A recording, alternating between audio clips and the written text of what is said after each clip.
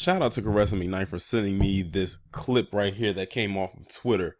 And now you see right here in front of you a picture of Van Jones. I want you to listen to the BS that just spilled out of his mouth. And this isn't even going to be a long video. There's no point in me really dragging out the point that has to be driven home here, because it's going to be pretty self-explanatory. American community that picks the next Democratic president, candidate, and it will be our sacrifice to get Trump out of office.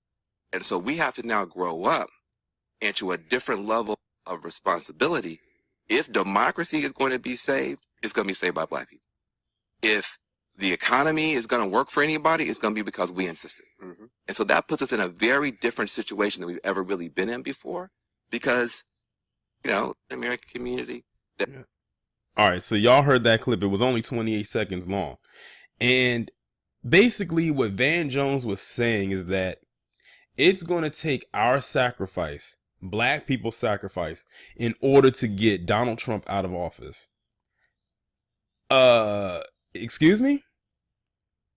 Since when are we the mule to help haul 45 up out of 1600 Pennsylvania Avenue? We were not the people, at least not by a large percentage, that put him in office. If you want him out of office, you better talk to the people that helped get him in office, which was mainly white men, and in a very close margin, white women, and in very high numbers, might I add. I've never seen white women vote that high before, especially after the stuff that he has said about them, you know, grabbing them by the you know what. And I am sick and tired of us as black people always having to be the mule or haul the water or toe the line for everybody. Like, we always have to throw the cape on for somebody. Nope, you're not. That's not going to happen. Van Jones, no. We understand you don't like 45. Many of us don't either. But guess what? They put him in there. So that's not our fault. That is not our problem. The Electoral College and all of that, that's what got him in there, not us. So if they want him gone, they can deal with it. And besides, we all know that the real power lies at the local level, not on the national level. See, this is panic talk that he's giving right here. He's also said that we are going to be the ones that save democracy.